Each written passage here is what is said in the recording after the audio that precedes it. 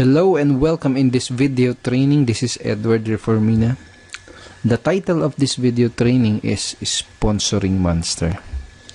I'm so excited na i-share sa iyo yung mga pag-uusapan natin dito sa video training nito because I believe na this information is life-changing in terms of your business.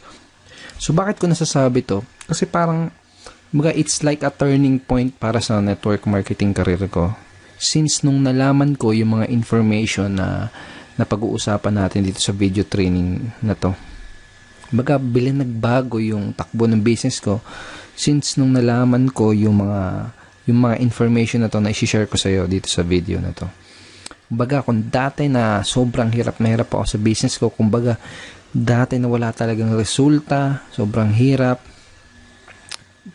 Pagkatapos ko nalaman tong mga information na to, bigla nagbago, Kaya I hope and I know na makakatulong din sa'yo itong mga information na to once na i-apply mo siya sa business mo.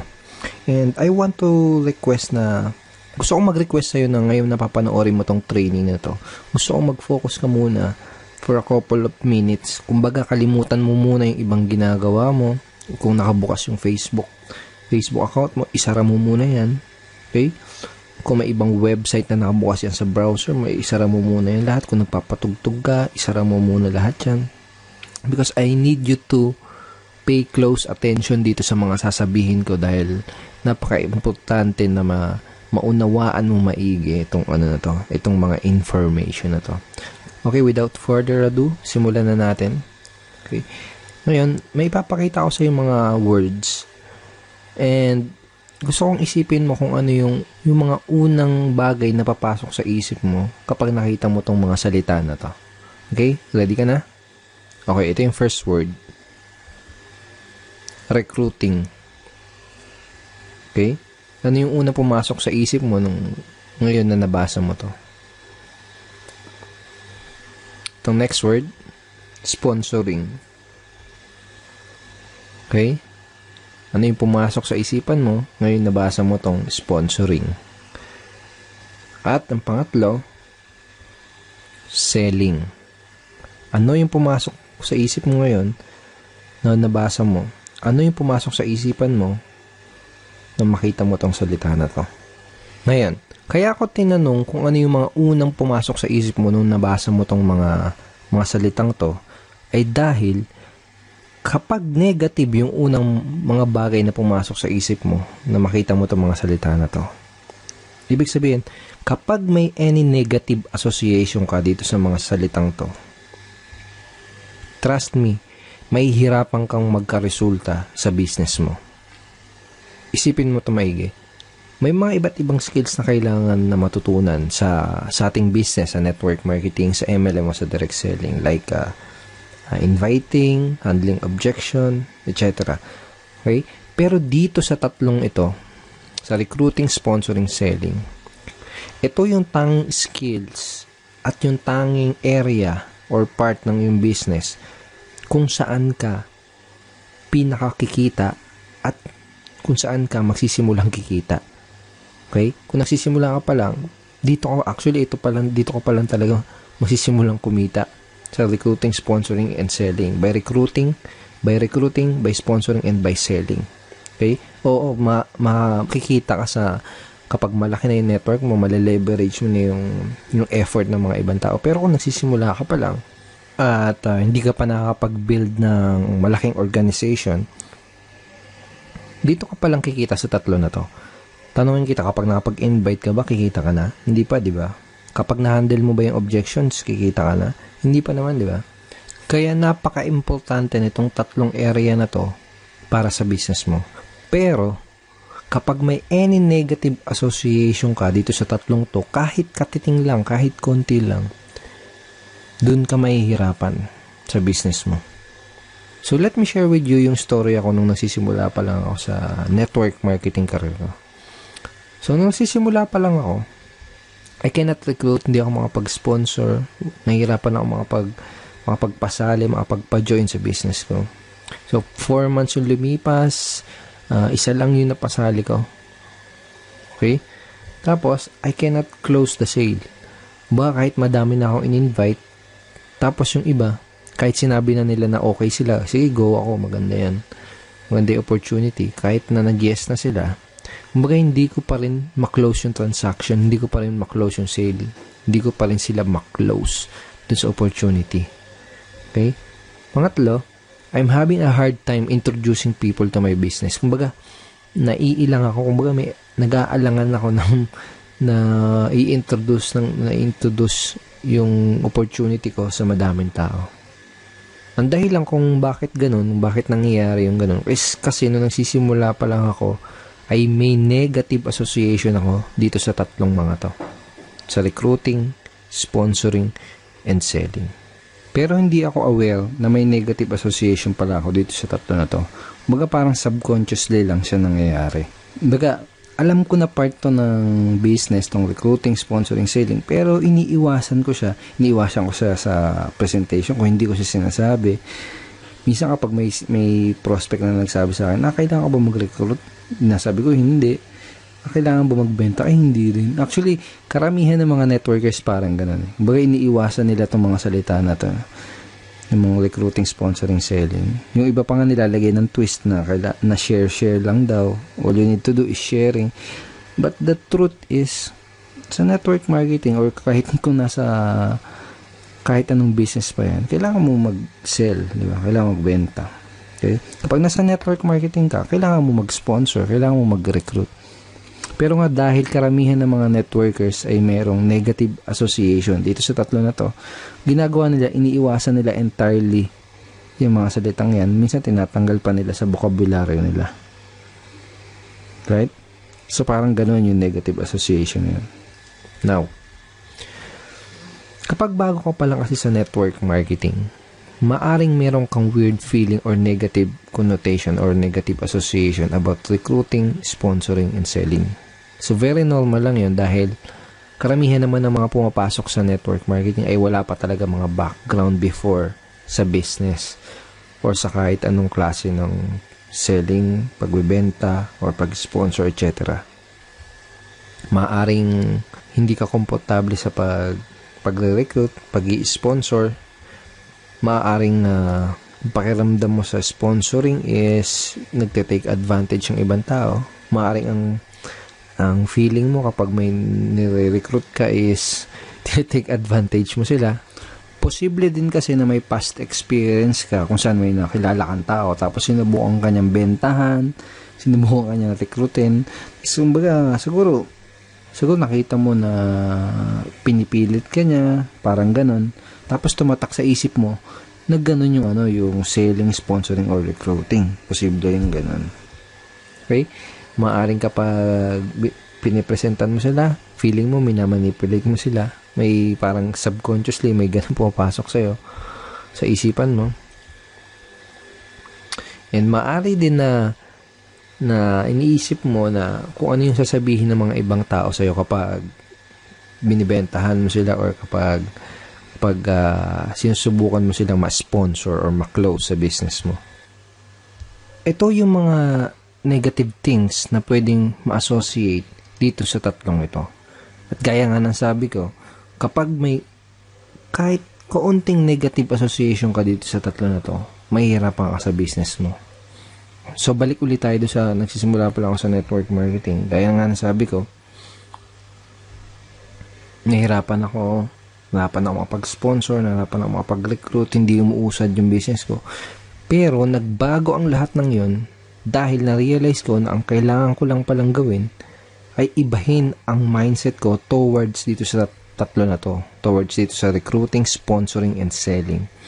Kailangan lang pala ay magkaroon ako ng kaunting mind shift towards dito sa tatlo na to. Pagkatapos kong gawin yung mind shift na yun, pagkatapos kong ibahin yung mindset do sa tatlo na yun, ito yung nangyari sa akin. Personal ako nakapag-sponsor ng 63 direct downlines sa loob ng 4 na buwan as a result of changing my mindset. Okay? So, I'm not saying na ito lang yung ginawa ko, pero ito yung isa sa pinaka naging susi para ma-achieve ko ito. So, ano yung mind shift na ginawa ko? Diba? Ito. I decided to love the idea of recruiting, sponsoring, and selling. Ano ibig ko sabihin? Kung dati, naiilang ako sa mga to, sa recruiting, sponsoring, and selling, kung dati ay may negative thinking ako about recruiting, kung dati, ang feeling ko is parang nagtitake ka ng advantage kapag binibentahan mo sila, kung dati, nasa thinking ko ay pag recruiting is yung mamimilit ka ng tao, parang ganon. Ang nangyari, nag-decide ako na i-embrace itong idea na to, itong mga to. I decided na yakapin yung idea ng recruiting, sponsoring, and selling. Mamaya, mas ipapaitindi ko sa'yo kung ano yung ibig kong sabihin. Okay? Pero, ngayon, gusto kong ipakita sa'yo kung paano ko ginawa yan at kung bakit ko ginawa yan. And most importantly, bakit kailangan mo din gawin yung ginawa ko kung gusto mong magka-resulta dyan sa business na ginagawa mo ngayon. Sabihin natin na ito ka.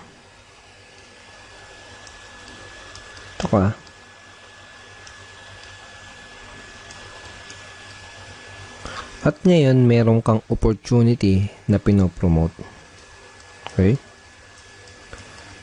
Naniniwala ka na itong opportunity na to, itong opportunity na ginagawa mo ay makakatulong para sa ibang tao, para magkaroon ng extra income, at para magkaroon ng time at financial freedom. Okay? Ngayon, ito naman yung prospect mo.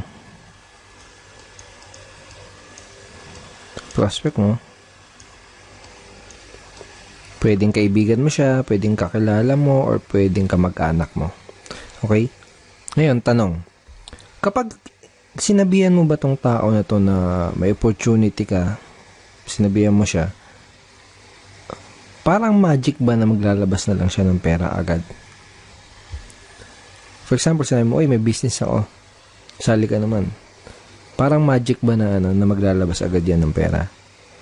Dudukot ba kagad yan sa bulsa niya o sa pitakan niya para sumali? Hindi naman, di ba? Bakit?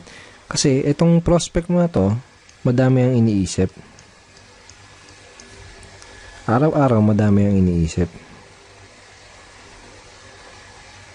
Iniisip niya kung paano siya makakabayad ng bahay niya kada buwan. Iniisip niya kung paano siya maglalagay ng pagkain sa pagkainan nila araw-araw.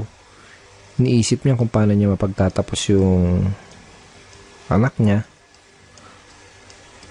Iniisip niya kung paano niya mababayaran yung mga utang niya. Iniisip niya kung paano niya mapapasaya yung asawa niya. Okay? Asawa niya yan. Madaming iniisip tong prospect mo. At ang huling bagay na iisipin niyan ay maglabas ng pera. Ngayon ikaw, ginagawa mo yung business mo dahil syempre, gusto mong kumita. Pero, syempre, gusto mo din matulungan itong prospect mo. Dahil naniniwala ka na itong business mo ay makakatulong dito sa prospect mo na makabayad sa bahay niya, makabili ng pagkain, alam mo yun, makabayad sa utang, makuha yung mga gusto niya. Kumbaga, naniniwala ka na itong business opportunity mo ay makakatulong para dito sa prospect mo para masolusyonan yung mga problema niya, tsaka para makuha niya yung mga gusto niya sa buhay. Pero bago mo magawa yun, kailangan mo ma-realize na dito sa gitna nyo,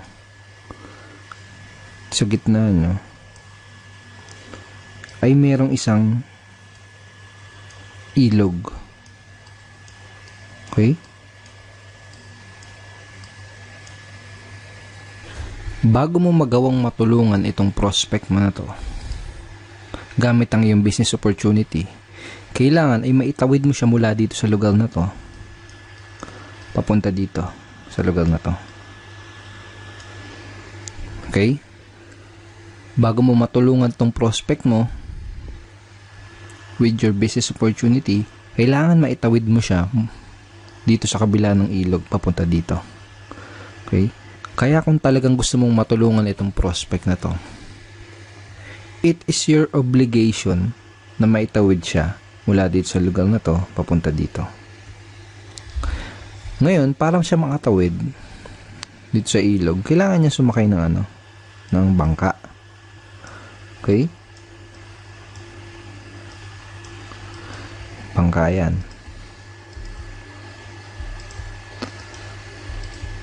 Ngayon, itong bangka na to, bago siya makasakay dyan, kailangan niya magbayad ng pamasahe. Okay? Magkano yung pamasahe na yun? Pamasahe niya dun sa bangka na yun ay yung kung magkano yung investment dun sa business na ino-offer mo. Sabihin natin, 6,000. Okay? Yan yung niya. Yan yung kailangan niyang pamasahe para makasakay ng bangka at para makatawid siya mula dito sa lugar na to, papunta dito. Okay? Ngayon, may isang problema. Walang tao na paggigising kada umaga, ang iniisip ay, saan kaya ako magandang mga pagkagising niya, ang iniisip niya, saan kaya magandang gumastos ng pera? Saan kaya magandang gastusin yung pera ko? Saan kaya magandang gastusin tong mga pinaghirapan ko sa trabaho? Okay? Walang tao nagigising kada umaga na constantly na nag-iisip na ano kaya magandang business na bilhin. Walang ganun. Kasi ang iniisip niyan, araw-araw na iniisip ng prospect natin, mga tao, karamihan, ang iniisip niyan is, paano kaya ako makakapagtipid? Paano kaya ako hindi gagastos? Paano kaya ako makakaiwas sa mga gastusin? So, ganun. Ganun yung challenge. Yun yung challenge mo. So, itong prospect mo, kailangan niya ng tulong mo para makapaglabas ng pamasahe. Okay? Para makasakay siya dun sa bangka at para makatawid siya mula dito sa lugar na to, papunta dito sa lugar na to. Pero itong tandaan mo, kapag hindi mo natulungan maglabas ng pera itong prospect mo, hindi mo siya matutulungan gamit ang opportunity mo. Hindi mo siya matutulungan na masolve yung mga problema niyang to kapag hindi mo siya natulungan na makapaglabas ng pera. Okay? Ngayon, paano kung may negative association ka about sponsoring, about recruiting, or about selling? Kapag may negative association ka sa sponsoring, recruiting, or selling, or kapag may maling belief ka dun sa tatlo na yun, mahihirapan ka na matulungan siya maglabas ng pera kasi ang iisipin mo, naku, ang dami nang problema nito, naku, ang dami niya nang gastusin. Tapos paglalabasin ko pa siya ng pera pampuhunan para masumali sa business ko. Okay? So ito yung reason kung bakit kailangan mong i-embrace, kailangan mong ma-inlove, kailangan mong yakapin yung idea ng sponsoring, ng selling, at ng recruiting. Okay? Dahil kapag ganun ang ginawa mo, ang magiging mindset mo ay gagawin mo yung lahat ng makakaya mo. Gagawin mo yung the best mo para matulungan tong prospect mo na makapaglabas ng puhunan dahil alam mo na yun lang yung tanging paraan para maitawid siya mula dito sa lugar na to papunta dito. Dahil alam mo na yun yung tanging paraan para masimulan mo siyang matulungan gamit ang business mo.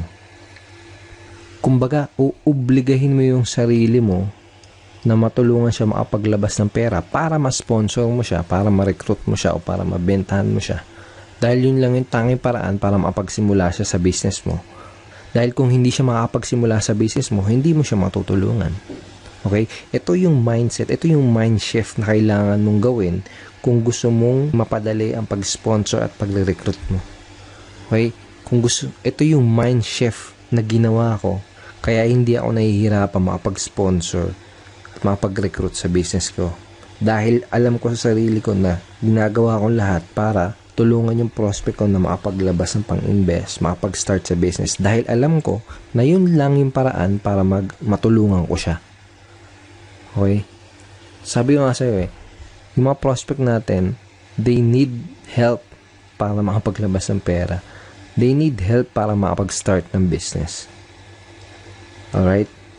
Ganito yung mind shift na kailangan mong gawin kung gusto mo talaga mapadali yung pagre-recruit mo at yung pag-sponsor mo. Ganito yung mind shift na kailangan mong gawin kung gusto mo talagang makatulong sa ibang tao. If you are operating in this level of mindset, sponsoring new downlines will become much more easy. Kapag ganito yung mindset mo, kagaya yung sinabi ko sa'yo na ang goal mo is matulungan yung prospect mo na makapag-invest, makapag-start dahil yun lang yung paraan na matutulungan mo siya. Kapag ganun yung mindset mo, level na mindset mo, napakadali nung pag-sponsor kasi wala nang hesitation walang hesitation sa part mo. But if you have any feeling of discomfort about recruiting, sponsoring, and selling, meaning kapag may negative beliefs ka, kapag nag-aalangan ka, pag may negative association ka about sponsoring, recruiting, and selling, mahihirapan ka talaga sa business mo dahil ang feeling mo ay pinipilit mo sila, take advantage mo sila, o kino-convince mo sila. Mahihirapan ka sa business mo dahil ang iisipin mo, take advantage mo yung tao or nag-offer ka sa kanila ng product na mediocre, okay? Nag-offer ka ng product na hindi ganun ka-valuable. Mahihirapan ka talaga sa business mo. Mahihirapan ka, trust me. So ngayon, pag-usapan natin kung paano mo matutulungang maitawid yung prospect mo mula do sa kabila ng ilog papunta do sa kabila.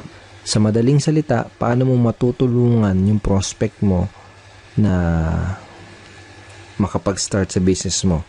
Paano mo siya matutulungan na makapaglabas ng puhunan or ng pang-invest dun sa business mo para masimulan mo siya matulungan gamit ang business opportunity mo. Okay? So, sabihin natin ganito yung scenario. Sabihin natin na explainan mo na yung prospect mo, na presentan mo na siya ng kung ano yung opportunity mo, nasabi mo na sa kanya, and na-handle mo na yung objection niya. Tapos, sabi ng prospect mo, oo, pero umaga may kasunod yung oo nila, yung yes nila may kasunod. Okay, so madalas ganito, oo, maganda, gusto ko yan, pero doon yung pero pero wala akong pera. Okay, isa naman ganito, oo, maganda, okay sa akin yan, pero next month na or next week, ganyan. So ngayon, ito yung pwede mo mga isagot para madali mong matulungan yung prospect mo na makapag-take agad ng action at matulungan mo kagad siya matawid dun sa ilog. Okay? So, ito. For example, sinabi ng prospect mo na maganda pero wala akong pera. Ito yung pwede mo sabihin. Walang problema kung wala kang pera. Ang gusto kong malaman ay kung meron kang nakitang mga benefits sa opportunity na to na makakatulong sa'yo. Meron ba?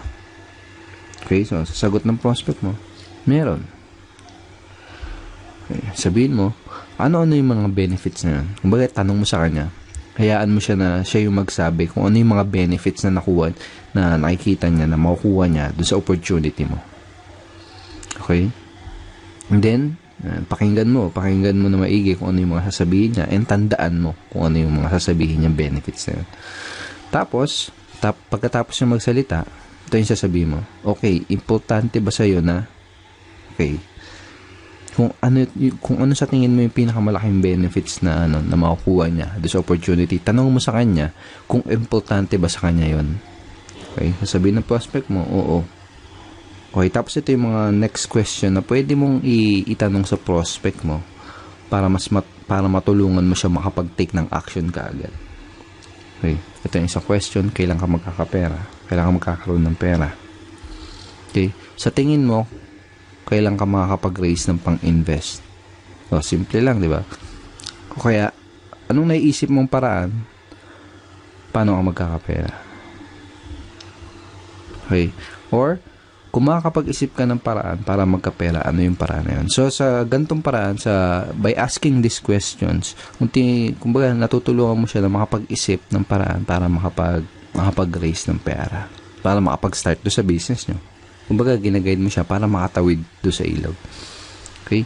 Kung talagang interesado yung prospect mo, makakaisip siya ng paraan. Okay? Ito pa isang question na pwede mong itanong. Kung makapag-isip ka ng paraan para makapag-raise ng pang-investment, makaisip ka ng paraan para makapag-raise ng investment. Ano yung paraan na yun? So, ito yung mga questions na pwede mong gamitin para ma-guide mo yung prospect mo kung paano siya makakapag-raise ng puhunan. Okay? So, ito naman isang example kanina. Okay, isang next example. Sabihin natin, sinabi ng prospect mo na, okay, nagustuhan ko, pero next month na, kaya next week na. Kumbaga, may delayed, gusto pa nilang i-delay yung decision nila. Okay, so ito yung pwede mong sabihin para magawa mo na yung prospect mo is makapag-decide kaagad na mag-take ng action. Ito yung pwede mong sabihin sa kanya para makagawa siya kaagad ng action. Ito yung mga pwede mong sabihin sa kanya para makapag-take kaagad siya ng necessary action, para makapagsimula na kaagad siya doon sa business mo. Okay, ito. Okay lang naman yan. For example, sabi ng prospect mo, okay, nagustuhan ko, pero next month na. Sasabihin mo, okay lang naman yan, walang problema, pero tatanungin kita, anong pinagkaiba kung magsisimula ka sa isang buwan at kung magsisimula ka ngayon? Okay, tapos, bakit mo pagugustuhin na i-delay ang pagsali mo kung ngayon pa lang ay pwede mo na simulan na ma-experience yung mga benefits na makuha mo mula sa opportunity na to? Okay? Ano yung pumipigil sa'yo para makagawa ng action ngayon? Kumbaga, minsan kasi may mga minor objections pang natitira yung prospect mo na baka kailangan mo lang masagot para makapag-take na agad siya ng action. Okay? Okay, so, and then kapag sinabi mo din to sa prospect mo, pwede naman ngayon na magsimula na siya. Baka marirealize niya na ba't mo papatatagalin? Okay? Kaya naman, ito pa yung isa mong pwede mong sabihin pag sinabi ng prospect mo na, okay, nagustuhan ko pero next month na. Okay lang naman yan, walang problema, pwede mong gawin yan. Okay, pwedeng next month ka na magsimula. Pero tatanungin kita, anong pinagkaiba kung magsisimula ka sa isang buwan at kung magsisimula ka ngayon? Bakit mo pagugustuhin na i-delay ang pagsali mo kung ngayon pa lang ay pwede mo nang, lagay mo dyan yung why nila. Bakit mo pagugustuhin na i-delay ang pagsali mo kung ngayon pa lang ay pwede mo nang matulungan yung mga kapatid mo sa pag-aaral nila sa tulong ng opportunity na to? Bakit mo pagugustuhin na i-delay ang pagsali mo kung ngayon pa lang ay pwede ka nang kumita ng extra income para may pandagdag kang gastusin sa inyo sa tulong ng opportunity na to? So, parang ganun. Lalagay mo lang dyan yung reason why nila. Okay? And tanongin mo ulit, ano yung pumipigil sa'yo para makagawa ng action ngayong araw na to? Alright? So, ito yung mga question na pwede nating itanong sa mga prospects natin para matulungan kaagad natin sila na makagawa kaagad ng action. Ito yung mga question na pwede mong itanong para matulungan mo yung mga prospect mo para maitawid mo sila mula dito papunta dito. So, I hope na gets mo yung idea kung bakit napaka-importante na magawa mo din itong mind shift na to. Kung bakit kailangan mong i-embrace yung sponsoring, recruiting, and selling. Gaya nga ng sabi ko sa'yo, nung naintindihan ko to, parang turning point siya nung career ko. Dahil nung naintindihan ko tong konsepto na to, ay napadali yung pag-i-sponsor ko. So, I hope mag-gets mo din yung idea at mag-grasp mo din siya at magawa mo din itong mind shift na to para ikaw mismo ay mapadali yung pag-i-sponsor mo sa business mo. Okay, so this time may gusto kong ipabasa sa'yo. No? Gusto kong basahin mo to. Starting today, I am going to love recruiting, sponsoring, and selling. Okay? Simula ngayong araw na to, i-embrace ko tong idea ng recruiting, sponsoring, and selling. Tatanggalin ko lahat ng mga negative association na dating pinaniniwalaan ko about dito sa mga to. Kung talagang seryoso ako matulungan yung mga prospect ko, kailangan ay ma-inlove ako o yakapin ko itong mga idea na to. Okay? Kailangan yung mind shift ko. Kung mayroon man akong negative association sa mga bagay na to, recruiting, sponsoring, and selling, kailangan kong, dahil ang tanging paraan para matulungan ko ang prospect ko gamit ang aking opportunity ay ma-recruit muna sila, ma-sponsor muna sila, o mabentahan muna sila. Okay? Starting today, I am going to love recruiting, sponsoring, and selling. So thank you so much for watching this video. I hope marami ka natutunan, and I hope na i-embrace mo tong mind shift na to. And I wish you all the best dyan sa business mo. Good luck to you and have a beautiful day and be unstoppable.